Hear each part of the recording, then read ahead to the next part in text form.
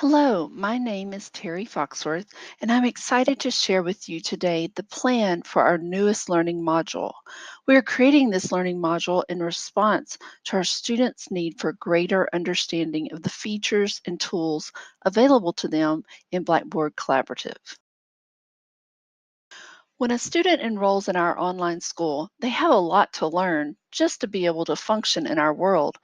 Not to mention, they're here for, well, school, right? Their focus should be on their classes, English, math, history. But in the beginning, our students lose a lot of valuable class time because they're learning all the different programs they need to understand just to operate in our online environment. They're focused on working the system rather than absorbing the instruction and education offered to them.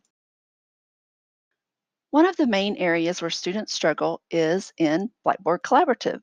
They do not understand the many ways they can interact with their teachers and with other students in this platform. Teachers also lose instructional time because they're forced to explain how to use the tools rather than using class time to focus on curriculum. Students also become frustrated and discouraged because they are unable to communicate effectively in class due to a lack of Blackboard skills. This leads to disengagement in class and ultimately in school.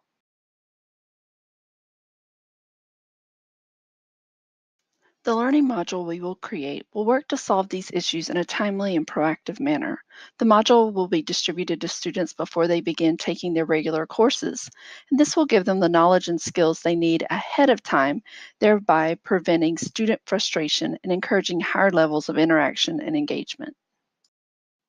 Let's take a moment to review the steps we will use to create this learning module. The Understanding by Design method will provide the framework we need to create our curriculum.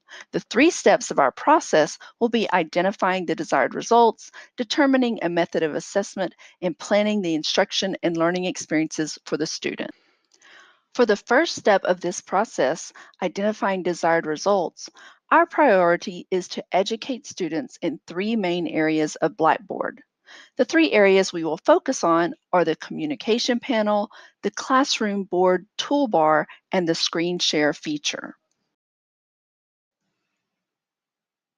After completing the training, students will be able to identify and use the tools on the communication panel, select and manipulate the appropriate tools on the toolbar, and be able to share and stop sharing their desktop or a document in the classroom.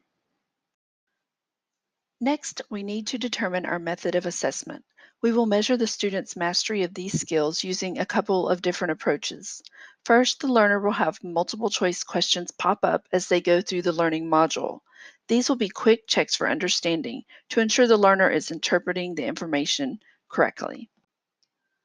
Second, at the end of the training module, the student will be prompted to complete a series of activities in a Blackboard classroom mock-up. In this activity, learners will demonstrate their new skills, confirming their comprehension of the various tools and features explained to them in the module.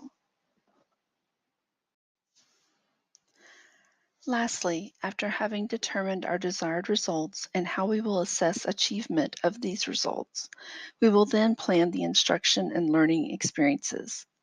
The instruction will be accomplished by the creation of a learning module using Adobe Captivate.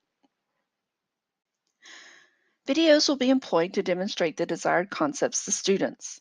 Also, students will be given hands-on opportunities to practice these tools within the module, as well as frequent checks for understanding. If correction is needed, additional information will be shared on the screen to help the learner modify their answer.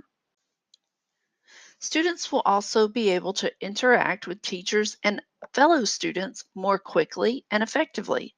This will encourage higher engagement of all students, and as a result, the educational experience will be deeper and more fulfilling.